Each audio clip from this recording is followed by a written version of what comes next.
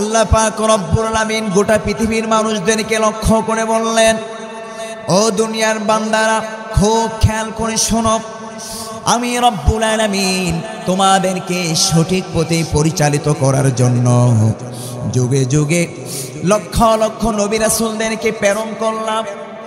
সর্বশেষ last Messenger prophet Muhammad Mustafa সাল্লাল্লাহু আলাইহি সাল্লামকে তোমাদের মাঝে পাঠালাম। আর তোমরা হচ্ছে উম্মতে মুহাম্মাদি। আমার নবীকে আমি বললাম সাইয়্যিদুল মুরসালিন, তথা তিনি নবী কুলের সর্দার ওয়া খাতামুন নবীন, এবং তিনি লাস্ট মেসেঞ্জার তথা সর্বশেষ নবী। ওই নবীর মাধ্যমে আমি তোমাদেরকে 4টি মেসেজ জানিয়ে দিচ্ছি। আল্লাহ পাক রব্বুল আলামিন সূরাতুল আরাফের আয়াতে কারিমার মধ্যে আমাদেরকে মৌলিকভাবে 4টি বিষয় জানিয়ে দিলেন। 1 নম্বরে রব্বুল আলামিন বললেন, ফাল্লাযীনা আমানু বিহি, তোমরা রব্বুল আলামিনের প্রতি ঈমান আনার সাথে সাথে রাসূলের প্রতি ঈমান আনো। 2 নম্বরে ওয়াজ্জারুহু, ওই রাসূলকে সম্মান করো, ওই রাসূলের ইজ্জত রক্ষা করার জন্য প্রয়োজনে নিজের জীবনকেও বিলীন করে দাও। 3 নম্বরে হলো ওয়ানাসরুহু, আই আদাউদ্দিন, যেই দিন তোমরা পেয়েছো মুহাম্মদ সাল্লাল্লাহু আলাইহি সাল্লাম যেই দিন নিয়ে তোমাদের মাঝে এসেছে, ওই দিনের সাহায্য সহযোগিতা করো। 4 নম্বরে ওয়াত্তাবাউন নূরাল্লাযী উনজিলা মাআহু উলাইকা হুমুল মুফলিহুন, মুহাম্মদ সাল্লাল্লাহু আলাইহি সাল্লাম যেই কিতাব নিয়ে এসেছেন, ওই কিতাবকে তোমরা পুঙ্খানুপুঙ্খানুভাবে আঁকড়ে ধরো। তার মানে আজকে আলোচ্য বিষয়ে কয়টা জিনিস নিয়ে? 4টা বিষয় নিয়ে। 1 নম্বরে রব্বুল আলামিন বললেন ফাল্লাযীনা আমানু বিহি, ঈমান আনতে হবে কার উপর? আর আওয়াজ করে বলতে হবে কার উপর? নিজের জীবনকে বিলীন করে দিও হলো ঈমান কি বিক্রি করা যাবে নাকি? কি বলেন? সিন্নির কাছে ঈমান বিক্রি করা যাবে, ক্ষমতার কাছে ঈমান বিক্রি করা যাবে, প্রধানমন্ত্রীর কোনো যদি লোভনীয় অফার দেয় তারপরেও কি ঈমান বিক্রি করা যাবে নাকি? আজকাল দেশের মধ্যে কিছু মৌলবী আছে, যাকে তাকে দেখলেই জান্নাতি বানিয়ে ফেলে, উমুকে জান্নাতি উমুকে জান্নাতি। নাউজুবিল্লাহ পড়বেন না? বিশ্বনবী সাল্লাল্লাহু আলাইহি সাল্লাম নিজ জবানে মুবারকের মাধ্যমে যাদেরকে তিনি জান্নাতের সার্টিফিকেট দিয়েছেন, এর বাহিরে কোনো মানুষের কি সাধ্য আছে নাকি যে আপনি জান্নাতে কথা বলার?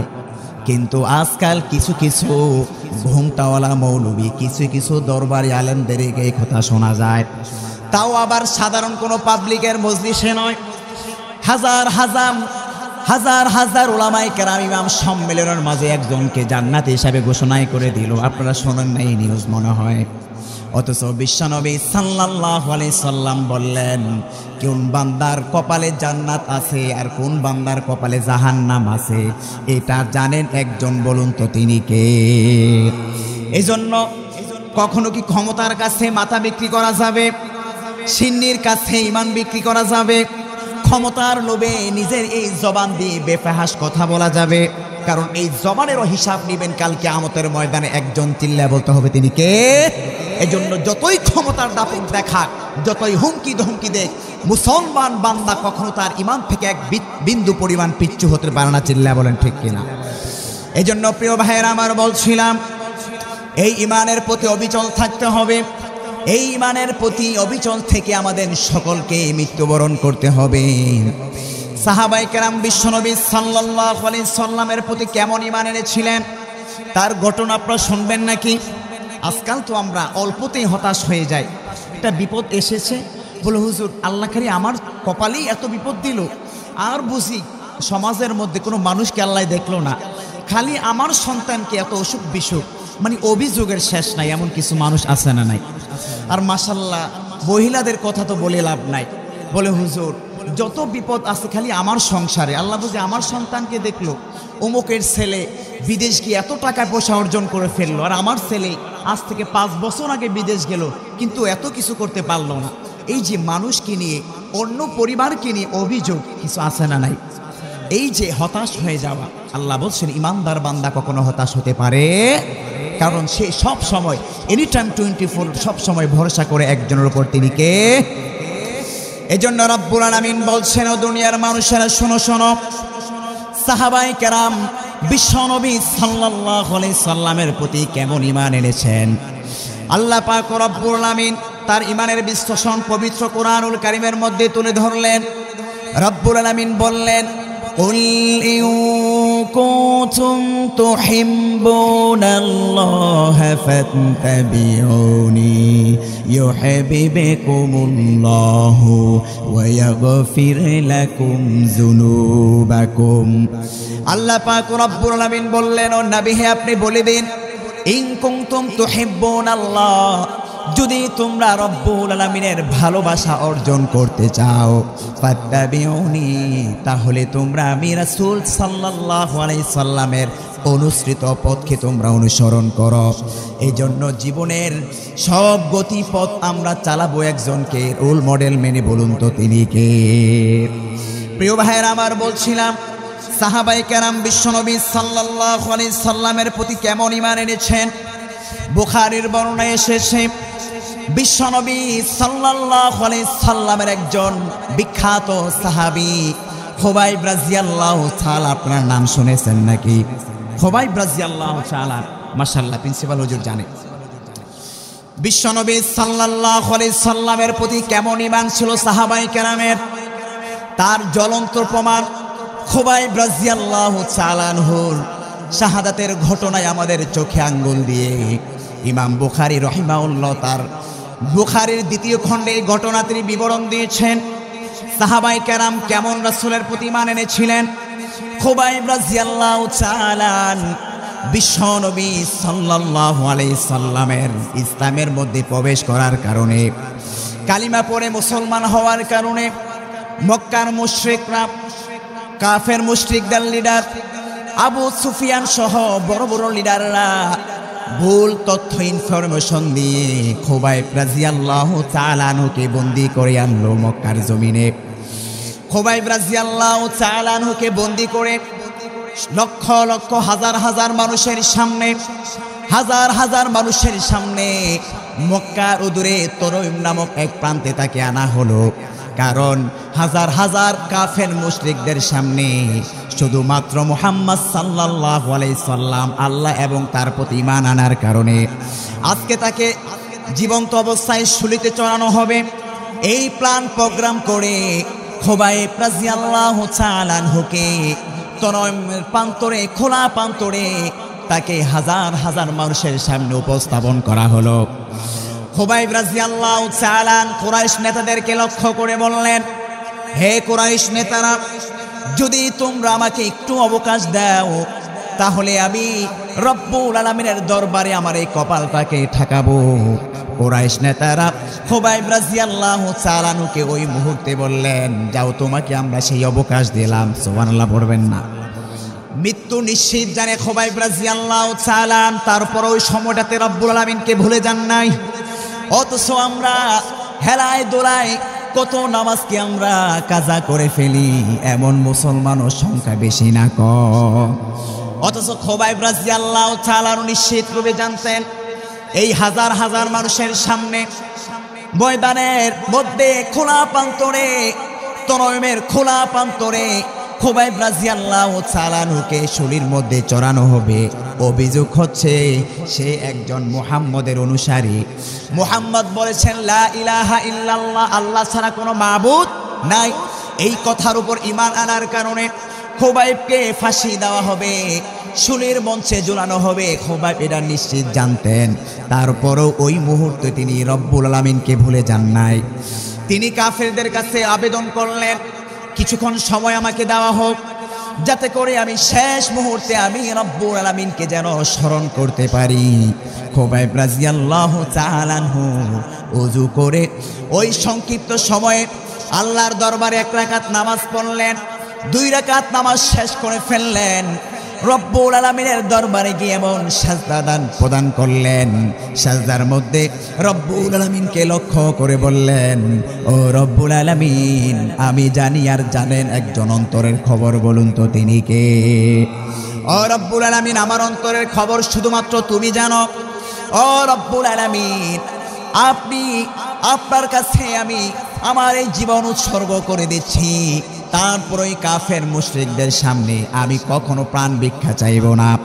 খুবাইব রাদিয়াল্লাহু তাআলা আনহু নামাজ শেষ করলেন। নামাজ পড়লেন কয় রাকাত? 2 রাকাত নামাজ শেষ করলেন সংক্ষিপ্ত সময়ের মধ্যে। খুবাইব রাদিয়াল্লাহু তাআলা তখন তিনি সুউচ্চ কণ্ঠে বললেন, ওই মক্কার মুশরিক নেতা সুফিয়ান, হাজার হাজার মক্কার মুশরিকরা যদি এই কথা মনে না করত যে খুবাইব হয়তোবা মৃত্যুর ভয়ে সে নামাজের মধ্যে সিজদারত অবস্থায় আছে, যদি তাদের অন্তরে এই কথা বদ্ধমূল না হতো, তাহলে অবশ্যই আমি আমার নামাজটাকে আরো বিলম্ব করতাম, আমি আমার সিজদাটাকে আরো বিশাল বড় করতাম। কিন্তু মক্কার মুশরিক কাফেরদের অন্তরের মধ্যে কথা ধারণা হয়ে যাবে যে মুহাম্মদের অনুসারীরা হয়তো মৃত্যুকে ভয় পায়, এই কথা যেন তারা মনে করতে না পারে, সেই কথার জন্য আমি খুবাইব সংক্ষিপ্ত আকারে 2 রাকাত নামাজ শেষ করলাম। অপরদিকে সাইয়েদ রাদিয়াল্লাহু তাআলা যিনি এখনো ঈমান গ্রহণ করেন নাই, ওই মক্কার হাজার হাজার জনতার সামনে সাইয়েদ ইবনে আমর জুহামি রাদিয়াল্লাহু তাআলা তিনিও ছিলেন। তিনি অবলোকন করছেন, খুবাইব রাদিয়াল্লাহু তাআলার চেহারার দিকে তাকাচ্ছেন, তিনি তার চক্ষুগুলোর দিকে তাকাচ্ছেন, তার চক্ষু বেয়ে বেয়ে টক টক করে চোখের কোণ দিয়ে পানি ঝরঝর করে পড়ছেন। আর মক্কার মুশরিকরা ভাবছে হয়তো মুহাম্মদের অনুসারী খুবাইব ভয়ে কাঁদছে, কিন্তু না, খুবাইব রাদিয়াল্লাহু তাআলার চক্ষু দিয়ে যে পানিগুলো পড়ছে, চিল্লায় বলেন তো কার ভয়ে? আল্লাহর ভয়ে। সাইয়েদ ইবনে আমর জুহামি সেই কথাটা তিনি মনে মনে অনুধাবন করতে পারলেন। যদিও তিনি একজন মুশরিক ছিলেন, তখন তিনি বুঝতে পারলেন খুবাইব এমনিতেই কান্না করছে না, কারণ তার চোখের সামনে ওই শরীর প্রস্তুত করা হয়েছে, আর কিছুক্ষণ পরেই তাকে শাস্তি দেওয়া হবে। মুহাম্মদের প্রতি কেন ঈমান আনলো? হাজার হাজার মানুষ খুবাইবকে তিরস্কার করছে। আহারে, যদি খুবাইব এই মুখের মাধ্যমে শুধুমাত্র একবার বলতো যে আমি মুহাম্মদের ঈমান থেকে আমি বিচ্যুত হয়ে গেলাম, আমি মুহাম্মদের প্রতি তিরস্কার করলাম, আমি মুহাম্মদের কালিমা গ্রহণ করি নাই, শুধুমাত্র যদি এই কথাটা খুবাইব রাদিয়াল্লাহু তাআলা উচ্চারণ করত, তাহলে তার সামনে গোটা মক্কার রাজ্য কাফের মুশরিকরা তার উপর উপস্থাপন করে দিত। মক্কার তখন মুশরিকরা খুবাইবকে বোকা ভাবতে লাগলো যে খুবাইব হয়তো বোকা, কারণ যদি বর্তমানে আমাকে আপনাকেও যদি বলা হয় কোনো দেশের প্রেসিডেন্ট নয়, এমপিও নয়, যদি বলা হয় নেতার পিছনে পিছনে তুমি ঘুরবা, তোমাকে এই সুযোগটা দেওয়া হলো, কিন্তু তোমার কাজ হলো নেতার নামে ইচ্ছায় অনিচ্ছায় বানিয়ে বানিয়ে সমাজের মধ্যে মিথ্যা প্রোপাগান্ডা চালাবে, তারপরও দেখা যাবে এখানে অনেকেই আমরা এই পেশায় যুক্ত হওয়ার জন্য রাজি হয়ে যেতাম। কথা বলেন ঠিক না বে ঠিক? কিন্তু তৎকালীন খুবাইব তার ঈমানকে বিক্রি করেন নাই। তার সামনে লক্ষ লক্ষ হাজার হাজার লক্ষ লক্ষ মুদ্রা উপস্থাপন করা হয়েছিল, লোভনীয় অফার দেওয়া হয়েছে, কিন্তু খুবাইব এক বাক্যে উচ্চারণ করলেন, আমার জীবন যাবে তো দূরের কথা, আমার পরিবার থেকে আমি বিচ্ছিন্ন হয়ে যাব তো দূরের কথা, তারপরেও এই কাফের মুশরিকদের সামনে আমি মুহাম্মদ সাল্লাল্লাহু আলাইহি সাল্লাম এবং তার আল্লাহর প্রতি এক বিন্দু পরিমাণ ঈমান থেকে বিচ্যুত হব না। আফসোসের বিষয়, মক্কার কুরাইশরা খুবাইব রাদিয়াল্লাহু তাআলা আনহুকে সেই হাজার হাজার তনয়েমের ময়দানে তাকে হাত কেটে দেওয়া হলো, তার পাগুলোকে কেটে দেওয়া হলো, আঙ্গুলগুলোকে টুকরা টুকরা করে কেটে দেওয়া হলো, তার চোখ দিয়ে অজুরে পানি পড়ছে, আল্লাহর কাছে দুহাত তুলে দোয়া করছে, আল্লাহ আপনি দেখছেন আমার অন্তরের বেদনা, পৃথিবীর কোনো এই মক্কার মুশরিকরা জানে না, আপনি আমার অন্তরের কষ্ট জানেন, আল্লাহ আমি আপনার উপর ঈমান আনার কারণে, মুহাম্মদ সাল্লাল্লাহু আলাইহি সাল্লামের প্রতি ঈমান আনার কারণে আজকে আমার এই অবস্থা, আল্লাহ আমি আপনার কাছে আর কিচ্ছু চাই না, যদি আমার এই অবস্থায় শাহাদাত বরণ করি আমি, আপনি যেন আমাকে ওই জান্নাতের মধ্যে এক টুকরা ঘর বানিয়ে দিন। পড়েন আল্লাহু আকবার। খুবাইব রাদিয়াল্লাহু তাআলা ধীর কণ্ঠে বললেন, হে মক্কার লিডার সুফিয়ান, তোমাদের এই প্রলোভনে আমি পা দিচ্ছি না, আমি দীপ্ত কণ্ঠে ঘোষণা করছি মুহাম্মদ সাল্লাল্লাহু আলাইহি সাল্লাম যেই কালিমা নিয়ে এই মক্কার জমিনে তিনি দাওয়াত প্রদান করছেন, ওই কালিমা থেকে আমি এক বিন্দু পরিমাণ পিছপা হচ্ছি না। আমি দীপ্ত কণ্ঠে আরো সুউচ্চ কণ্ঠে ঘোষণা দিলাম, মুহাম্মদের প্রতি আমি জীবন যাবে তো দূরের কথা, পুঙ্খানুপুঙ্খান আমি ঈমান আনবো। আর তোমরা যারা কাফের লিডার আছো, তোমাদের প্রতি আমি থুতু মারলাম। এই কথা বলার সঙ্গে সঙ্গে খুবাইব রাদিয়াল্লাহু তাআলা আনহুকে ওই শুলির মধ্যে ঝুলিয়ে দেওয়া হলো। তারপরও তিনি ঈমান থেকে বিচ্যুত হয় নাই, কিন্তু ঈমান খুবাইব রাদিয়াল্লাহু তাআলা তখন এই কাফের মুশরিকদেরকে লক্ষ্য করে একটি দোয়া করেছিলেন। সেই দোয়াটিও আজকে আমাদের খুব করতে মন চায়। আজকে আমাদের কোরআনের পাখি সে আল্লামা দেলাল হোসেন সাইদি তিলি তিলি দীর্ঘ একটি যুগ কারাবরণ তিনি করেছেন। তাকে তো আমরা যদি তার জীবন অবলোকন করি, আমাদের তো এই কথা স্পষ্ট বলতে হয় তিনি মৃত্যুবরণ করেন নাই, বরং তিনি শাহাদাত বরণ করেছেন। চিল্লা বলেন ঠিক কিনা? আল্লামা দেলাল হোসেন সাইদির আবরণ জীবন পর্যন্ত কোরআনের পক্ষে ছিলেন, ইমানের পথবিচল ছিলেন। তিনি চাইতেন যেন এই বাংলার জমিনে, বাংলার পরতে পরতে ইসলামী হুকুমত প্রতিষ্ঠা হয়। এর উপর অটল থাকতে গিয়ে তিনি শাহাদাত বরণ করেছেন। এই জন্য বর্তমানেও এই সমস্ত জালেম আমাদের সমাজে আছে না নাই? তারপরেও কি সেই জালেমের সামনে নিজের ইমানকে বিক্রি করে দেওয়া যাবে? খুবাইব রাদিয়াল্লাহু তাআলা আনহু তখন বললেন, ও রব্বুল আলামিন, আমার হাত কেটে দেওয়া হয়েছে, এতে কোনো আমার আপত্তি নাই। আমার আঙ্গুলগুলো কেটে কেটে টুকরা টুকরা করে দেওয়া হলো, এতেও কোনো আমার আপত্তি নাই। ও রব্বুল আলামিন, এই মুশরিকদেরকে আপনি এমন শাস্তি প্রদান করুন, আল্লাহুম্মা সিহুম আদাদান ওয়াকতুলহুম বাদাদান ওয়ালা তুগাদির মিনহুম আহাদা। ও রব্বুল আলামিন, যারা আমাকে এই দশা করলো, আপনি এদের একটাকেও ছাড়বেন না। আপনি এদেরকে গনে গনে এদেরকে শাস্তি প্রদান করবেন, এদের একটাকেও আপনি ছাড়বেন না। আল্লাহ পাক রব্বুল আলামিন বিশ্বনবী সাল্লাল্লাহু আলাইহি সাল্লামের সাহাবায়ে কেরামের ভাষ্য অনুযায়ী যারা এই খুবাইব রাদিয়াল্লাহু তাআলা আনহুকে মেরে ওই শুলিতে ঝুলাইল, তাদের একটাকেও এমনভাবে মৃত্যুবরণ করলেন। হাদিসের বর্ণনা ভাষ্যমতে বোঝা যায় অনেকের অবস্থা এমন হয়েছে তাদের লাশগুলো খুঁজে পাওয়া যায় নাই, তাদের চিহ্ন মাত্র খুঁজে পাওয়া যায় নাই।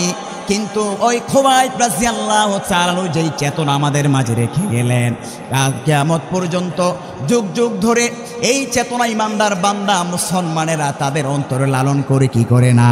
কিন্তু যেই সমস্ত কাফের মুশরিকরা আবু সুফিয়ান সহ উতবা সাইবা আবু জাহেলরা তাদের যেই রাজপ্রাসাদগুলো রেখে গিয়েছেন, সেই রাজপ্রাসাদগুলো যারা মক্কার মধ্যে হজ করতে যায় তারা তাদেরকে স্মরণ করে বাথরুম করার মাধ্যমে, চিল্লা বলেন ঠিক কিনা, তাদেরকে আজ মানুষ তিরস্কার করে।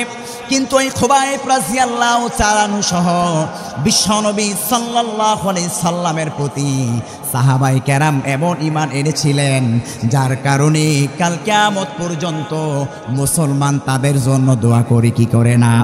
শুধু কি মুসলমান নাই, তাদের জন্য দোয়া করে, তাদের সম্মান তাদের মর্যাদা বাড়িয়ে দিয়েছেন একজন, তিনি কে? আল্লাহ পাক রব্বুল আলামিন 28 নম্বর পারা সূরাতুল মুজাদালার 4 নম্বর আয়াতের 4 নম্বর পৃষ্ঠা একেবারে শেষ উপরের অংশে রব্বুল আলামিন বলছেন, রাদিয়াল্লাহু আনহুম ওয়া রাদু আন। আল্লাহ বললেন, ও আমার সাহাবীরা, আল্লাহ পাক রব্বুল আলামিন বললেন, যারা নবী করিম সাল্লাল্লাহু আলাইহি সাল্লামের সহচর্য, যারা তার প্রতি ঈমান এনেছো, আমি রব্বুল আমিন ওই সমস্ত সাহাবীদের প্রতি সন্তুষ্ট হয়ে গেলাম। আর যাদের প্রতি আল্লাহ পাক রব্বুল আমিন সন্তুষ্ট হয়ে যায়, তাদের কি দুনিয়ার কোনো ভয় আছে নাকি? দুনিয়ার কোনো হুমকি ধমকি জেলখানার কোনো ভয় আছে নাকি? কারণ তাদের অন্তরে সব সময় ভয় থাকে একজনের, তিনি কে? আল্লাহ বললেন, ওয়ালা খাউফুন আলাইহিম ওয়ালা হুম ইয়াহজানুন। আল্লাহ বললেন, তাদের কোনো ভয়ও নাই, তাদের কোনো পেরেশানিও নাই, তাদের কোনো চিন্তাও নাই, কারণ তাদের জন্য মৃত্যু হতে দেরি জান্নাতের ফয়সালা করে রেখেছেন একজন, তিনি কে? ওই জান্নাতে আমরাও যেতে চাই কি চাই না? ওই জান্নাতে যেতে হলে সেই আল্লাহ এবং সেই রাসূলের প্রতি ঈমান আনার দরকার আছে না নাই? ও রব্বুল আলামিন, আপনি আমাদের সকলকে নবীরা যেমন ঈমান এনেছিল, নবীর সাহাবীরা যেমন ঈমান দীপ্ত ঈমান এনেছিল, ওই ঈমানের বলে বলিয়ান হওয়ার তৌফিক দান করুন। সকলে পড়ুন আমিন। ওই ঈমান নিয়ে যদি আমি আপনি মৃত্যুবরণ করতে পারি, মরতে দেরি আমার আপনার জন্য জান্নাতের ব্যবস্থা করে রেখেছেন একজন, তিনি কে? মালিক তুমি জান্নাতে, তোমার পাশে আমার একটি ঘর বানিয়ে দিও, একটি ঘর বানিয়ে দিও। সকলে পড়ুন আমিন। বলছিলাম প্রিয় ভাইয়ের আমার, আল্লাহ পাক রব্বুল আমিন সূরাতুল আরাফের 157 আয়াতে কারিমার মধ্যে আমাদেরকে মৌলিকভাবে কয়টা মেসেজ দিলেন? 4টা মেসেজ রব্বুল আমিন দিলেন। 1 নম্বরে রব্বুল আমিন বললেন, ফাল্লাযীনা আমানু বিহি ওয়া আযযারুহু ওয়া নাসারুহু। ও আমার সাহাবারা, তোমরা যেমনই ভাবে মুসলমান হয়ে আমি রব্বুল আমিনের একত্ববাদের সাক্ষ্য প্রদান করলে, সাথে সাথে তোমরা আমার রাসূলের প্রতি ঈমান আনতে হবে। ওই ঈমানটা কেমন ঈমান আনতে হবে? খুবাইব রাদিয়াল্লাহু তাআলা যেমন ঈমান এনেছিলেন, সাহাবায়ে কেরাম যেমন ঈমান এনেছিলেন, নিজের জীবন যাবে তো এক বিন্দু পরিমাণ ঈমান থেকে বিচ্যুত হওয়া যাবে না। চিল্লে বলেন ঠিক কিনা? এই জন্য প্রিয় ভাইয়েরা আমার বলছিলাম, সেই রাসূলের প্রতি ঈমান আনতে হবে। সেই রাসূলের প্রতি কেমন ঈমান আনতে হবে এবং আরো কি কি বিষয়ের প্রতি ঈমান আনতে হবে, আল্লাহ পাক রব্বুল আলামিন সূরাতুল বাকারার একবারে শেষ লগ্নে তারও বিবরণ তিনি তুলে ধরলেন। রব্বুল আমিন বলছেন, আমানার রাসূলু বিমা উযিলা ইলাইহি মির রাব্বিহি ওয়াল মুমিনুন। জোরে জোরে বলেন না আল্লাহু আকবার। আল্লাহ 1 নম্বরে বললেন তোমরা রাসূলের প্রতি ঈমান আনবে। আমানার রাসূলু বিমা উনজিলা ইলাইহি মির রাব্বিহি, এবং 2 নম্বর হলো ওই রব্বুল আলামিনের পক্ষ থেকে রাসূলের উপর যেই কিতাব অবতীর্ণ হয়েছে ওই কিতাবের উপর ঈমান আনার দরকার আছে না নাই? 3 নম্বরে বললেন কুল্লুন আমানা বিল্লাহি ওয়া মালাইকাতিহি, এবং তার সমস্ত ফেরেশতাদের প্রতি ঈমান আনতে হবে। কুল্লুন আমানা বিল্লাহি ওয়া মালাইকাতিহি ওয়া কুতুবিহি, এবং তার সমস্ত আসমানি গ্রন্থের প্রতি ঈমান আনতে হবে। ওয়াল কদরি খায়রিহি, এবং ভবিষ্যৎ এবং আখিরাতের প্রতি ঈমান আনতে হবে, এবং পুনরুত্থানের প্রতি ঈমান আনতে হবে। কবরের পরে যে আবার একটা জিন্দেগি আছে, ওই জিন্দেগির প্রতি ঈমান আনতে হবে। এরকমভাবে আল্লাহ পাক রব্বুল আমিন ঈমানে যে মুফাসসাল আমরা পড়ি কি পড়ি না? আমানতু বিল্লাহি ওয়া মালাইকাতিহি ওয়া কুতুবিহি ওয়া রুসুলিহি ওয়াল ইয়াউমিল আখিরি ওয়াল কদরি খায়রিহি ওয়া শাররিহি মিনাল্লাহি তাআলা ওয়াল বাসি বাদাল মাউত। এই কালিমা আমরা পড়ি কি পড়ি না? এই কালিমার মাধ্যমে আল্লাহ জানিয়ে দিলেন কি কি বিষয়ের প্রতি ঈমান আনতে হবে। তার মানে বলছিলাম 1 নম্বর ঈমান আনতে হবে কার উপর? ওই আল্লাহর সাথে কি অন্য কাউকে শরীক আর সেজদা করা যাবে নাকি? বাবার দরবারে গিয়ে নিজের এই কপালটাকে ঠেকানো যাবে নাকি?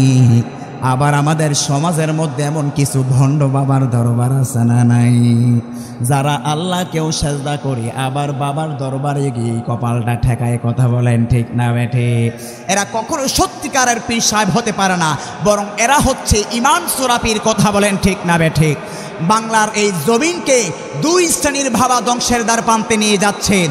এক হচ্ছে এই সমস্ত ভণ্ড বাবা, আরেক হচ্ছে ইয়াবা বাবা। এই সমস্ত ভণ্ড খাজা বাবাগুলোর দরবারে গেলেই দেখবেন বাবার দরবারে সেজদা করছে, অথচ আল্লাহ বলছেন সেজদার মালিক একমাত্র আমি রব্বুল আলামিন। কিন্তু সেই বাবার দরবারে গেলে দেখবেন, বাবার দরবারে গেলে এক সেজদা দিলেই নাকি 7 খুন মাফ। নাউজুবিল্লাহ পড়বেন না। আরেক বাবা ধ্বংস করছে আমাদের যুব সমাজকে, যেই বাবার নাম হচ্ছে ইয়াবা বাবা। এই ইয়াবাজ ঘরে ঘরে আসে না নাই? এই জন্য বলছিলাম প্রিয় ভাইয়ের আমার, এক বাবা নষ্ট করছে আজকে আমাদের এই মুসলমানদের ঈমানকে, আরেক বাবা নষ্ট করছে আমাদের এই বাংলার মানচিত্রের যাদেরকে মেরুদণ্ড বলা হয় সেই যুব সমাজকে। সুতরাং এই ভণ্ড পীরের দরবার থেকে আমাদের সকলের ঈমানকে হেফাজত করার দরকার আছে না নাই? পীরগিরি আর মাজার পূজা চলছে দেশটা জুড়িয়া, সেরে কি আর ভণ্ডামিতে দেশটা গেছে ভরিয়া। কথা বলেন ঠিক না বে ঠিক? পীরগিরি আর মাজার পূজা চলছে দেশটা জুড়িয়া, শিরকি আর ভণ্ডামিতে দেশটা গেছে বরিয়া। গাজার কলখে টান মারিয়া, গাজার কলখে টান মারিয়া, হায়রে দেখাই বাবার শান। এমন কিছু ভণ্ড বাবা সমাজের মধ্যে আছে না নাই? আপনাদের বরুড়ার মধ্যে এমন ভণ্ড বাবা আছে না নাই? ওই বরুড়ার জমিনের মধ্যে এক ভণ্ড বাবা আছে, কি জানো নাম? হুজুরের বাড়ি, হুজুরের বাড়ি ওইদিকে, ওই বাবার নাম নাকি ল্যাংটা শাহের মাজার। আমাদের কুমিল্লার মধ্যে এই সমস্ত ভণ্ড বাবার দরবার আছে। এই জন্য আল্লাহ পাক রব্বুল আমিন বললেন, এই সমস্ত ভণ্ড ইমান চোর পীর সাহেব যেখানে পাইবা এদেরকে ধৈরা ধৈরা জুতা দেয়া পিটানের দরকার আছে না নাই? পীরগিরি আর মাজার পূজা চলছে দেশটা জুড়িয়া, শিরকি আর ভণ্ডামিতে দেশটা গেছে বরিয়া। গাজার কলখে টান মারিয়া, গাজার কলখে টান মারিয়া, হায়রে দেখাই বাবার শান। ওরা শিক্ষিত শয়তান, ওরা শিক্ষিত শয়তান। দুর্নীতি নই আখড়ায় বসে জাহির করে গান, কলম দিয়ে কামায় টাকা, কলম দিয়ে কামায় টাকা, আবার ধরে সাদরবান। ওরা শিক্ষিত শয়তান, ওরা শিক্ষিত শয়তান। ওরা হলো জাতির লাগি মহামারীর মহাজন, পাইলে কলম ঠেকাইয়া চালায় ওরা নির্যাতন।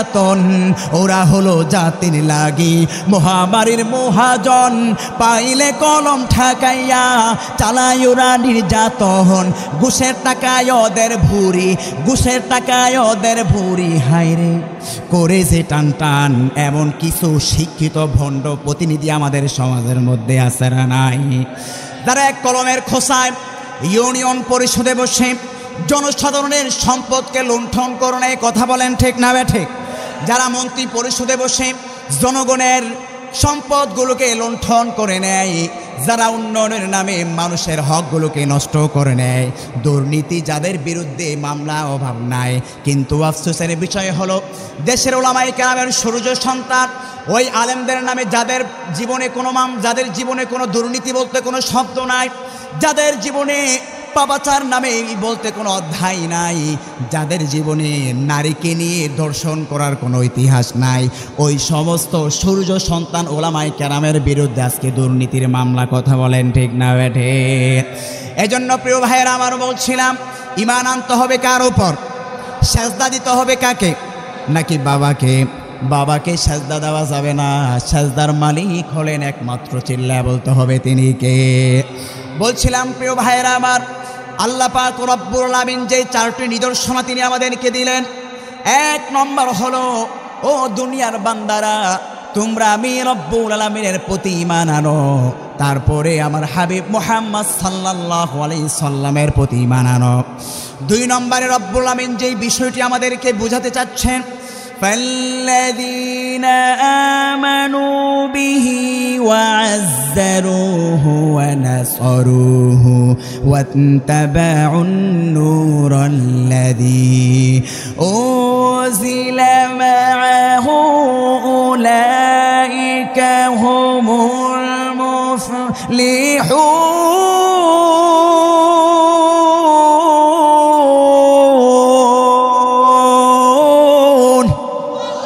আল্লাহ পাক রব্বুল আলামিন এক নম্বরে বললেন তোমরা আমি এবং আমার রাসূলের প্রতি ঈমান আনো।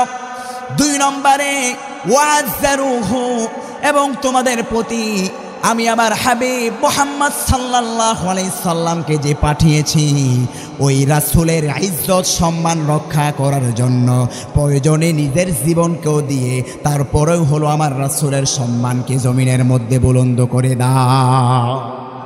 আল্লাহ দুই নম্বরে বললেন আমার রাসূলের সম্মান, আমার রাসূলের ইজ্জত আব্রু তোমরা প্রতিষ্ঠা রাখো। আমার হাবিব মুহাম্মদ সাল্লাল্লাহু আলাইহি সাল্লামকে রব্বুল আমিন কেমন সম্মান দান করলেন তার বিবরণ আপনারা শুনবেন। রব্বুল আমিন আমার হাবিব মুহাম্মদ সাল্লাল্লাহু আলাইহি সাল্লামকে কেমন সম্মান প্রদর্শন করলেন। সাহাবায়ে কেরাম বিশ্বনবী সাল্লাল্লাহু আলাইহি সাল্লামকে বললেন, ইয়া রাসূলুল্লাহ, ইয়া হাবিবাল্লাহ, কেমন করে রব্বুল আলামিন আপনার সম্মান সমস্ত নবীদের চাইতে উপরে রাখলেন, তার বিবরণ আমরা শুনতে চাই। কারণ সাইয়্যিদিনা আদম আলাইহিস সালাতু ওয়াস সালামকে সফিউল্লাহ বলে লকব করে আল্লাহ রাব্বুল আমিন ঘোষণা করে দিলেন। সাইয়্যিদিনা আদমকে সফিউল্লাহ বলে আল্লাহ রাব্বুল আমিন ঘোষণা করে দিলেন। সাইয়্যিদিনা ইব্রাহিম আলাইহিস সালাতু ওয়াস সালামকে খলিলুল্লাহ উপাধিতে ভূষিত করলেন। আবার সাইয়্যিদিনা মূসা আলাইহিস সালাতু ওয়াস সালামকে মূসা কালিমুল্লাহ উপাধিতে লকবে ভূষিত করলেন। মূসা আলাইহিস সালাতু ওয়াস সালামকে মূসা কালিমুল্লাহ লকব দিলেন। এভাবে আল্লাহ পাক রব্বুল আমিন বিভিন্ন নবীদের বিভিন্ন লকব দিলেন। বিভিন্ন নবীদের বিভিন্ন সম্মান বর্ণনা করতে গিয়ে রব্বুল আমিন বিভিন্ন নবীদের বিভিন্ন লকব রব্বুল আমিন ঘোষণা করে দিলেন। ও নবী, কেমন করে রব্বুল আমিন আপনার সম্মান আল্লাহ তাআলা বাড়িয়ে দিলেন, আমরা তার একটা বিবরণ শুনতে চাই।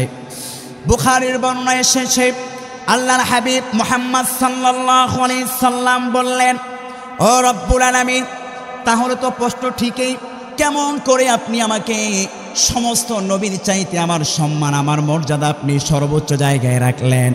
আল্লাহ পাক রব্বুল আলামিন আমার হাবিব মুহাম্মদ সাল্লাল্লাহু আলাইহি সাল্লামের এই প্রশ্নের জবাব শুনে বললেন, রব্বুল আলামিন 30 নম্বর পারা সূরাত আলাম নাশরাহের 4 নং আয়াতে কারিমার মধ্যে বলছেন, ওয়া রাফা'না লাকা যিকরাক। জোরে জোরে পড়েন আল্লাহু আকবার। আল্লাহ পাক রব্বুল আলামিন বলছেন, হাবিব রে, আমি রব্বুল আলামিন আপনার সম্মান আপনার মর্যাদা কেমন করে বাড়িয়ে দিলাম। ও হাবিব, আমি রব্বুল আলামিন সমস্ত নবীর চাইতে আপনার সম্মান আপনার মর্যাদা সর্বোচ্চ জায়গায় আসীন করে দিলাম। হাদিসে কুদসির মধ্যে আল্লাহ পাক রব্বুল আলামিন বিশ্বনবী সাল্লাল্লাহু আলাইহি সাল্লামের মর্যাদার কথা নিজেই তার বিবরণ তিনি তুলে ধরলেন। যেই হাদিসটি বুখারীর বর্ণনায় এসেছে, আল্লাহ পাক রব্বুল আমিন বললেন, হাইসু মা যুকিরতু মাই। আল্লাহ পাক রব্বুল আমিন বললেন, হাবিব, আমি রব্বুল আলামিন কেমন করে আপনার সম্মান আপনার মর্যাদা সর্বোচ্চ চূড়ায় আদিষ্ট করলাম। হাবিব রে, যত জায়গায় আমি রব্বুল আলামিনের গুণকীর্তন করা হয়েছে, যত জায়গায় আমি রব্বুল আমিনের আলোচনা করা হয়েছে, ও হাবিব, আমার আলোচনার সাথে সাথে হাবিব আপনার নামটাকেও আমি রব্বুল আমিন যুক্ত করে দিলাম। সুবহানাল্লাহ পড়বেন না? দেখুন না, যে যাকে ভালোবাসে সে যখন সুইসাইড করে, ধরুন কথার কথা, যে যার জন্য ভালোবাসে তার নামটার সাথে সাথে প্রিয়তমার নামটাও লিখে দেয়, বলে দেয় যে আমি অমুকের জন্য সুইসাইড করছি। তার মানে কি? মানে হচ্ছে যে যাকে ভালোবাসে তার নামটার সাথে সে তেমনভাবে লিপিবদ্ধ করে। আমরা যারা জাফলং ঘুরতে যাই, যাকে ভালোবাসি, ওই জাফলংয়ে অনেক সুন্দর সুন্দর পাথর পাওয়া যায় কি যায় না? ওই পাথরের মধ্যে আমরা যাকে যে ভালোবাসি দুজনের নামটা মাঝখান দিয়ে করস চিহ্ন দিয়ে দুই পাশে দুইজনের নামটা আমরা লিখি কি লিখি না? এটা হচ্ছে ভালোবাসার বহিঃপ্রকাশ। আমার নামের সাথে সাথে আমি যাকে ভালোবাসি তার নামটাকে আমি কি করে দিলাম? যুক্ত করে দিলাম। আল্লাহ পাক রব্বুল আমিন বললেন, হাবিব, এটা হচ্ছে দুনিয়ার মানুষের নেচার, কিন্তু আমি রব্বুল আলামিন 1400 বছর পূর্বে হাবিব আপনার সম্মান আপনার মর্যাদা কেমনভাবে বাড়িয়ে দিলাম। হাবিব রে, আমি যত জায়গায় আমার নাম তথা আল্লাহর নাম যত জায়গায় আল্লাহ উচ্চারণ করলেন, হাবিব রে, আমার নামের সাথে সাথে ও হাবিব আপনার নামটাকেও আমি রব্বুল আমিন যুক্ত করে দিলাম। সুবহানাল্লাহ পড়বেন না? এখন প্রশ্ন হচ্ছে, আল্লাহ যে যুক্ত করে দিলেন, কোথায় কোথায় যুক্ত করলেন তারও দলিল লাগবে কি লাগবে না? আল্লাহ পাক রব্বুল আমিন বলছেন, ও আমার গোলামেরা, কান খেয়াল করে শোনো, কান খাড়া করে শোনো। তোমরা যেই কালিমা পড়ে মুসলমান হয়েছ, যারা যারা শুদ্ধ করে পড়তে পারেন আমার সাথে ঠোঁট মিলিয়ে পড়ুন, লা ইলাহা ইল্লাল্লাহু মুহাম্মাদুর রাসূলুল্লাহ। এই কালিমার মধ্যে দুটি অংশ। এক নম্বরে আমরা সাক্ষ্য দেই লা ইলাহা ইল্লাল্লাহ, আল্লাহ ছাড়া কোনো মাবুদ নাই। দ্বিতীয় নম্বর অংশ হচ্ছে ওয়া আন্না মুহাম্মাদার রাসূলুল্লাহ, এবং মুহাম্মদ সাল্লাল্লাহু আলাইহি সাল্লাম হচ্ছেন রব্বুল আলামিনের প্রেরিত রাসূল। এই কালিমা তৈয়বার মধ্যে অংশ কয়টা পেলাম? দুইটা। একটা হচ্ছে সাক্ষ্য দিলাম কার নামে? দুই নম্বর হলো মুহাম্মদ সাল্লাল্লাহু আলাইহি সাল্লাম যে রব্বুল আমিনের প্রেরিত রাসূল, এ কথারও সাক্ষ্য দিলাম কি দিলাম না? তার মানে আল্লাহ যে নিজের প্রশংসা করলেন, সাথে সাথে তার হাবিবেরও প্রশংসা করলেন কি করলেন না? এই হলো একটা উদাহরণ। আবার যে আমরা নামাজ পড়ি, নামাজের মধ্যে তাশাহুদ পড়ি কি পড়ি না? ওই তাশাহুদের মধ্যে দেখবেন কিছু কিছু মানুষ এই শাহাদাত আঙ্গুল এরকম উঁচু করে কি করে না? এটারও একটা রহস্য আছে। আল্লাহ পাক রব্বুল আমিন যে বলছেন, হাবিব আমার নামের সাথে সাথে আপনার নামটাকে আমি যুক্ত করে দিলাম। নামাজের সময় যে আমরা শাহাদাত আঙ্গুলকে উঁচু করি, আমরা সকলেই পড়ি আশহাদু আন্না মুহাম্মাদার রাসূলুল্লাহ। এই শব্দটা আমরা তাশাহুদের মধ্যে পড়ি কি পড়ি না? প্রথমে আমরা সাক্ষ্য দিলাম আশহাদু আল্লা ইলাহা ইল্লাল্লাহ, আল্লাহ ছাড়া কোনো মাবুদ নাই, ওয়া আন্না মুহাম্মাদার রাসূলুল্লাহ, এবং মুহাম্মদ সাল্লাল্লাহু আলাইহি সাল্লাম তার একজন প্রেরিত রাসূল। আল্লাহ যে একক, এই শাহাদাত আঙ্গুল দিয়ে আমরা নামাজের মধ্যে সাক্ষ্য প্রদান করলাম। এভাবে আবার যে আমরা 5 ওয়াক্ত নামাজের জন্য আযান দেই, ওই যে মুয়াজ্জিনের কণ্ঠে 5 ওয়াক্ত নামাজের আযানের ধ্বনি উচ্চারিত হয়, ওই আযানের মধ্যে প্রথমে কার প্রশংসা করা হয়? প্রথমে আমরা আযানের ধ্বনিতে শব্দ যে উচ্চারণ করি আল্লাহু আকবার, আল্লাহু আকবার, আল্লাহ মহান, আল্লাহ মহান। তৃতীয় নম্বরে যেই শব্দটা আমরা উচ্চারণ করি আশহাদু আন্না মুহাম্মাদার রাসূলুল্লাহ, মুহাম্মদ সাল্লাল্লাহু আলাইহি সাল্লাম হচ্ছেন রব্বুল আমিনের প্রেরিত রাসূল। আল্লাহ বললেন, প্রথমে আমার বরত্ব মহত্ব ঘোষণা দিলে, তারপরে আমার নামের সাথে সাথে আমার হাবিবের নামটাকেও আমি রব্বুল আমিন যুক্ত করে দিলাম। যেই বিষয়টা প্রিয় ভাইয়েরা আমি আপনাদেরকে বোঝাতে চাচ্ছি, আল্লাহ পাক রব্বুল আমিন এভাবেই তার হাবিবের মর্যাদা, এভাবেই তার হাবিবের শান মান রব্বুল আমিন কোরআনুল কারীমের পৃষ্ঠায় পৃষ্ঠায় জানিয়ে দিলেন। এরপরে নামাজের মধ্যে এবং পবিত্র কোরআনুল কারীম লিখিত আকারে যেই সূরার মাধ্যমে শুরু হয়েছে, ওই সূরার নামটা কি বলেন তো? সূরা ফাতিহা। কোরআন খুললেই সূরা ফাতিহা আমরা দেখতে পাই কি পাই না? ওই সূরা ফাতিহার আয়াতটি যারা যারা পারেন, প্রথম আয়াতটি সকলে আমার সাথে সাথে পড়ুন আলহামদুলিল্লাহি রাব্বিল আলামিন। সমস্ত প্রশংসার মালিক একজন, তিনি কে? আল্লাহ যে বললেন সমস্ত প্রশংসার মালিক আমি রব্বুল আলামিন, রব্বুল আলামিন, গোটা বিশ্ব জগতের প্রতিপালক আল্লাহ।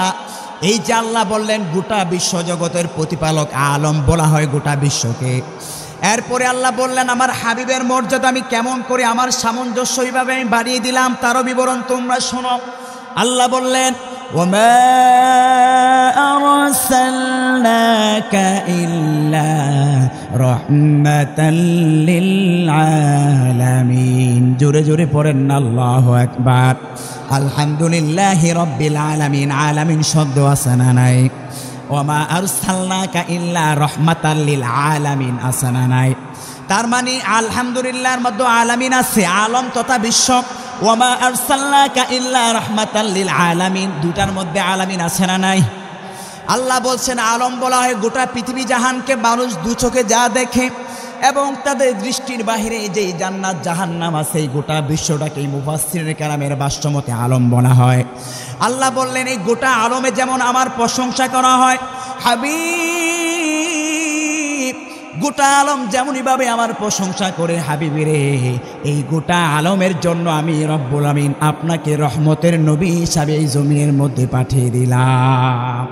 অর্থাৎ যত জায়গায় আমি রব্বুল আমিনের নাম নেওয়া হয়, আমি রব্বুল আমিনের প্রশংসা যদি এই জমিনের মধ্যে করা হয়, রাজা মেহের মরহুম সুন্দর আলী মোল্লার মৃত্যু বার্ষিকীর মাহফিলে যে আল্লাহর প্রশংসা করা হচ্ছে, আবার সেই দেবিদ্দার জমিনে আল্লাহর প্রশংসা করা হচ্ছে, কুমিল্লার জমিনে আল্লাহর প্রশংসা করা হচ্ছে, গোটা বিশ্বে আল্লাহর যে প্রশংসা করা হচ্ছে, গোটা বিশ্ব ছাড়িয়ে ওই যে প্রথম আসমান, দ্বিতীয় আসমান, তৃতীয় আসমান, সেগুলো তো আল্লাহর প্রশংসা হয় কি হয় না?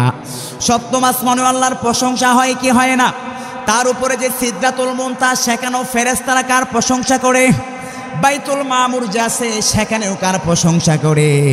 আল্লাহ বললেন এই সব জায়গাতে হাবিব আমার প্রশংসা যেমনই যেমনই করে, হাবিব রে আপনার নামও সেখানে প্রশংসা বাক্য উচ্চারণ আমি রব্বুল আমিন ব্যবস্থা করে দিলাম। প্রিয় ভাইয়ের আমার, এভাবে আল্লাহ পাক রব্বুল আমিন আমার হাবিবের শান বাড়িয়ে দিলেন। আমার হাবিব মুহাম্মদ সাল্লাল্লাহু আলাইহি সাল্লামকে যেই সর্বশ্রেষ্ঠ মুজিজা রব্বুল আমিন দান করলেন, রব্বুল আলামিন নিজেই তার সর্বশ্রেষ্ঠ মুজিজা সম্পর্কে বলছেন। আল্লাহ পাক রব্বুল আমিন বলছেন, আলিফ লাম মিম যালিকাল কিতাবু লা রাইবা ফীহি হুদাল লিল মুত্তাকিন। আল্লাহ পাক রব্বুল আমিন বলছেন, আমি আমার হাবিবকে এমন একটি কিতাব দান করলাম, আমি আমার হাবিব মুহাম্মদ সাল্লাল্লাহু আলাইহি সাল্লামের প্রতি যেই কিতাব অবতীর্ণ করলাম, চিল্লায় বলতে ওই কিতাবের নাম কি? ওই কোরআনের মধ্যে কোনো সন্দেহ আছে নাকি? কোনো সংশয় আছে নাকি? কারণ এই কিতাবটা যিনি পাঠিয়েছেন, চিৎকার করে বলতে হবে তিনি কে? আল্লাহ বললেন, আমি আমার হাবিবকে সর্বশ্রেষ্ঠ যেই মুজিজা দান করলাম সেটা হচ্ছে পবিত্র আল কোরআন। এই কোরআনটাকে আমি আমার হাবিবকে কেমন করে তার উপর অবতীর্ণ করলাম, তারও একটা বিবরণ দুনিয়াবাসীরা শুনে নাও। আল্লাহ পাক রব্বুল আমিন বললেন, আমি সাইয়্যিদিনা মূসাকে তার প্রতি যেই কিতাব অবতীর্ণ করেছি সেটা তার উপর অবতীর্ণ করার জন্য তাকে আমি তুর পাহাড়ের মধ্যে ডেকে নিয়ে আসলাম। এভাবে সাইয়্যিদিনা ঈসা আলাইহিস সালাতু ওয়াস সালামের উপর যেই কিতাব আমি নাজিল করলাম সেটাকেও আমি রব্বুল আমিন জমিনের কোনো অংশে তার উপর অবতীর্ণ করলাম। এভাবে দাউদ আলাইহিস সালাতু ওয়াস সালামের প্রতি যেই জাবুর কিতাব অবতীর্ণ হয়েছে ওই কিতাবটাও আমি জমিনের কোনো অংশে তার উপর অবতীর্ণ করলাম। কিন্তু আমার হাবিব মুহাম্মদ মুস্তাফা সাল্লাল্লাহু আলাইহি সাল্লামের প্রতি যেই সর্বশ্রেষ্ঠ কিতাব আমি নাজিল করলাম, হাবিবরে কেমন করে আমি রব্বুল আমিন আপনার মর্যাদা বাড়িয়ে দিলাম। আমি আপনাকে অন্যান্য নবীদের মতো এই জমিনের মধ্যে আপনার উপর ওহী অবতীর্ণ করি নাই। আমি আপনাকে মানুষের চর্মচক্ষের মাধ্যমে এই যে প্রথম আসমান দেখা যায় ওই প্রথম আসমানেও আমি আপনার প্রতি কোরআনকে নাজিল করি নাই। দ্বিতীয় আসমানে নয়, তৃতীয় আসমানে নয়, চতুর্থ আসমানে নয়, পঞ্চম আসমানেও নয়, ষষ্ঠ সপ্তম আসমানেও নয়। হাবিবের ওই সপ্তম আসমান ছাপিয়ে যেই সিদরাতুল মুনতাহা রয়েছে সেখানেও আমি রব্বুল আমিন আপনার উপরে কোরআনকে অবতীর্ণ করি নাই। ওই সিদরাতুল মুনতাহার উপরে যেই বাইতুল মামুর রয়েছে ওই বাইতুল মামুরে ডেকে নিয়েও আমি আপনার প্রতি কোরআনকে অবতীর্ণ করি নাই। হাবিবের ওই বাইতুল মামুরের উপরে যেই আরশে আজিম রয়েছে ওই আরশে আজিমের ঠিকানা, ওই আরশে আজিম হচ্ছে আমি রব্বুল আমিনের ঘর। তবে আল্লাহ সর্বত্র বিরাজমান। ওহুয়া মাকুম আইনামা কুনতুম। আল্লাহ বলছেন ওই আরশে আজিমের মধ্যে হাবিব রে আমি রব্বুল আমিন মেরাজের রজনীতে হাবিব রে বাইতুল মুকাদ্দাস থেকে নিয়ে ওই বাইতুল মুকাদ্দাস যে ফিলিস্তিনের মধ্যে অবস্থানরত, ওই বাইতুল মুকাদ্দাস হচ্ছে মুসলমানদের প্রথম কিবলা। ওই বাইতুল মুকাদ্দাস থেকে মেরাজের রজনীতে আমি রব্বুল আমিন আপনাকে বাইতুল হারামের মধ্যে নিয়ে গেলাম, হারাম শরীফের মধ্যে আনলাম। ওই হারাম শরীফের থেকে বুরাকের মাধ্যমে আমি রব্বুল আমিন প্রথম আসমান, দ্বিতীয় আসমান, সপ্তম আসমান, সিদরাতুল মুনতাহা, তারপরে বাইতুল মামুর, তারপরে আরশে আজিম। হাবিব আমি রব্বুল আমিন এভাবে ফেরেশতার মাধ্যমে এই মেরাজের রজনীতে আরশে আজিমের মধ্যে আপনাকে মেহমান বানালাম। সুবহানাল্লাহ পড়বেন না? যেই মেহমানখানায় পৃথিবীর মধ্যে যত নবী রাসূল এসেছে কেউ প্রবেশ করতে পারে নাই, শুধুমাত্র আমার আপনার কলিজার টুকরা বিশ্ব নবী মুহাম্মদ সাল্লাল্লাহু আলাইহি সাল্লাম একমাত্র প্রবেশ করলেন। হাবিব রে ওই আরশে আজিমের মধ্যে আমার যেই নূরের পর্দা রয়েছে ওই নূরের পর্দার এক ঝলকের সামনে এনে আমি আপনাকে যেই সর্বশ্রেষ্ঠ কিতাব দান করলাম, যেই সর্বশ্রেষ্ঠ উপহার দান করলাম, ওই সর্বশ্রেষ্ঠ মুজিজার নামই হলো পবিত্র আল কোরআন। আল্লাহ পাক রব্বুল আমিন বললেন, হাবিব এই একমাত্র বৈশিষ্ট্য, একমাত্র মুজিজা আমি রব্বুল আমিন আপনাকেই দান করলাম। সাহাবায়ে কেরাম যে প্রশ্ন করেছিলেন, নবী কেমন করে আপনার সম্মান, আপনার মর্যাদা রব্বুল আমিন বাড়িয়ে দিলেন, তার একটা বিবরণ আপনি আমাদেরকে শোনান। বিশ্বনবী মুহাম্মদ সাল্লাল্লাহু আলাইহি সাল্লাম সাহাবায়ে কেরামকে লক্ষ্য করে বললেন, ও আমার সাহাবারা, আমাকে রব্বুল আমিন কেমন মর্যাদা দান করলেন। তোমরা যে উদাহরণ পেশ করলে, আল্লাহ পাক রব্বুল আমিন যে আদম আলাইহিস সালাতু ওয়াস সালামকে সফিউল্লাহ লকবে ভূষিত করলেন, ইব্রাহিমকে আবুল আম্বিয়া হিসাবে লকবে ভূষিত করলেন, মূসাকে মূসা কালিমুল্লাহ লকবে ভূষিত করলেন। ও আমার সাহাবারা, আল্লাহ পাক রব্বুল আলামিন আমাকে এমন একটা লকব দান করলেন। আল্লাহ পাক রব্বুল আলামিন সেই লকবের কথা বলছেন, আমি আমার হাবিবের লকব দিলাম হাবিবুল্লাহ। সুবহানাল্লাহ পড়বেন না? ইব্রাহিম আলাইহিস সালাতু ওয়াস সালামের লকব দিলেন খলিলুল্লাহ, আর আমার আপনার কলিজার টুকরা মুহাম্মদ সাল্লাল্লাহু আলাইহি সাল্লামের লকব দিলেন কি? হাবিবুল্লাহ। এখন হাবিবুল্লাহর যদি আপনি আরবি লিসানুল আরব সহ বড় বড় যে আরবি ডিকশনারি রয়েছে, এই ডিকশনারি খুঁজেই যদি আপনি অর্থ বের করতে যান, অর্থ দেখবেন হাবিবুল্লাহর অর্থ হচ্ছে আল্লাহর বন্ধু, খলিলুল্লাহর অর্থ হচ্ছে আল্লাহর বন্ধু। এখন যে আল্লাহ বললেন স্পেশালিভাবে আল্লাহ তার রসুলের লকব দিলেন কি? হাবিবুল্লাহ। তো এই হাবিবুল্লাহর অর্থ আল্লাহর বন্ধু, খলিলুল্লাহর অর্থ আল্লাহর বন্ধু, তাহলে স্পেশাল অর্থ রইল কোথায়? প্রশ্ন আসে কি আসে না? আমার প্রিয় ভাইয়েরা আমার, এই জন্য কোরআন বুঝতে হবে কোরআনের ভাষায়, কোরআনকে বুঝতে হবে মুহাম্মদ সাল্লাল্লাহু আলাইহি সাল্লামের মুখ নিঃসৃত জবানে মুবারকের মাধ্যমে, অর্থাৎ হাদিসে পাকের মাধ্যমে বুঝতে হবে। কোরআনকে বুঝতে হবে ফিকহের মাধ্যমে, কোরআনকে বুঝতে হবে সাহাবায়ে কেরামের ভাষ্যমতে। কোরআনকে বুঝতে হলে ফিকহ নাহু এই সব কিছু জানার দরকার আছে না নাই? কারণ একটি বাক্যের অর্থ একই রকম হয়, কিন্তু এর প্রেক্ষাপট ভিন্ন হয়ে থাকে, এর অর্থ বিভিন্ন হয়ে থাকে। প্রিয় ভাইয়ের আমার, বলছিলাম হাবিবুল্লাহর অর্থ হচ্ছে আল্লাহর বন্ধু, খলিলুল্লাহর মানে হচ্ছে আল্লাহর বন্ধু।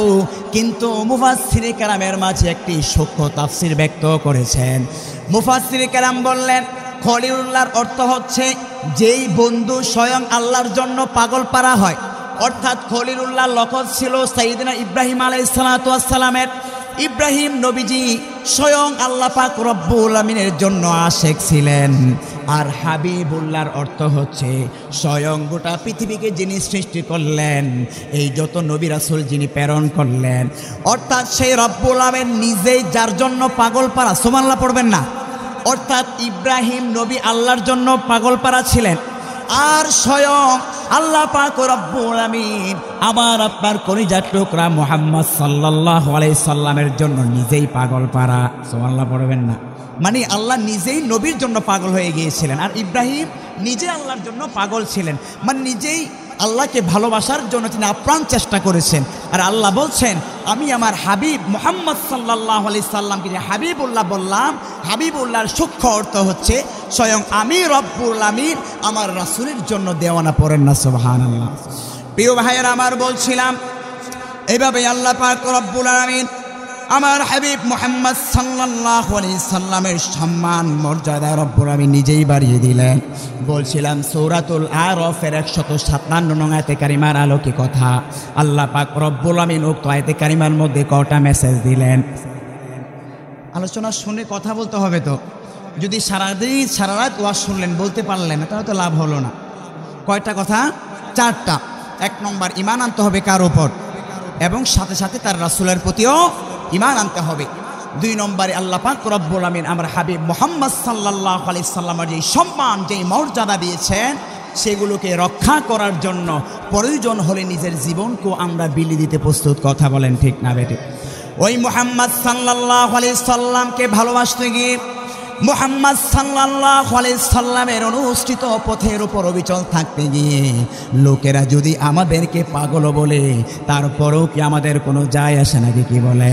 কারণ আমরা দীপ্ত কণ্ঠে ঘোষণা করে দিতে চাই পৃথিবীর কোনো মানুষের জন্য আমরা পাগল নয়, বরং ওই যে মদিনা মুনাওয়ারার মধ্যে সবুজ গম্বুজের নিচে মুহাম্মদ সাল্লাল্লাহু আলাইহি সাল্লাম যে শুয়ে আছেন, আমরা সকলেই ওই নবীর জন্য পাগল পারা। কথা বলেন ঠিক না বেটে?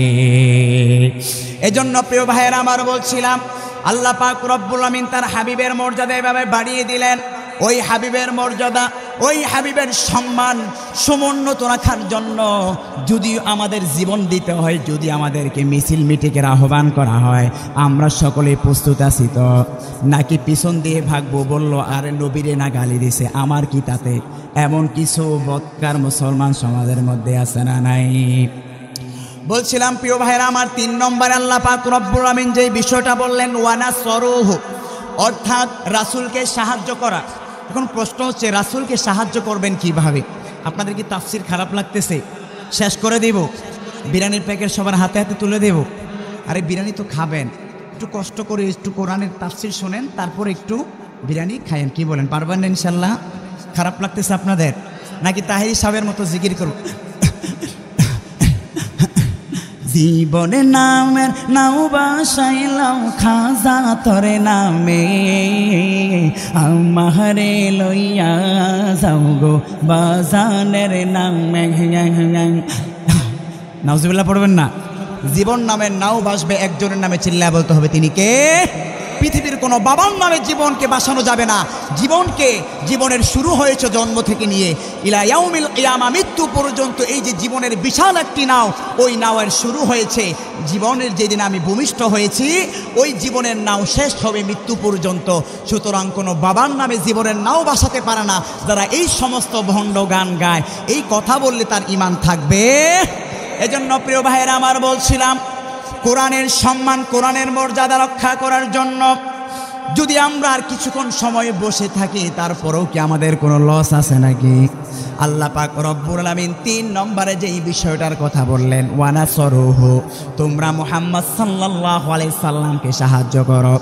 প্রশ্ন হচ্ছে মুহাম্মদ সাল্লাল্লাহু আলাইহি সাল্লামকে কিভাবে আপনি সাহায্য করবেন? নবী তো বর্তমানে আমাদের মতো আছে নাকি? তবে হ্যাঁ, নবী আছে ওই মদিনাতে শুয়ে, তিনি এখনও আমাদের জন্য কান্নাকাটি করেন কি করেন না? নবীজিকে আপনি কিভাবে সাহায্য করবেন? মুফাসসির কেরামের ব্যাখ্যায় বললেন, যার যেটা আছে সেভাবেই নবী করিম সাল্লাল্লাহু আলাইহি সাল্লামের দ্বীনের সাহায্য করতে হবে। যেখানে মাহফিলের আয়োজন করা হয়েছে, ওই মাহফিলের আয়োজনের মধ্যে টাকা দিয়ে হলে, মেধা দিয়ে, শ্রম দিয়ে সাহায্য করতে হবে। একামতে দিন প্রতিষ্ঠা করার জন্যে প্রয়োজনে নিজের জীবন বাজি রাখেও হলেও এই বাংলার জমিনে কালিমার পতাকা পথ করে ওড়ার দরকার আছে নাই? কারণ এই বাংলার জমিনে যতক্ষণ না পর্যন্ত কালিমার পতাকা আমরা পথ করে ওড়াতে না পারবো, ততক্ষণ পর্যন্ত এই দল ওই দলকে গুতাগুতি করে আমার এই বাংলার জমিনটাকে শেষ করে দিবে। কথা বলেন ঠিক না বে ঠিক?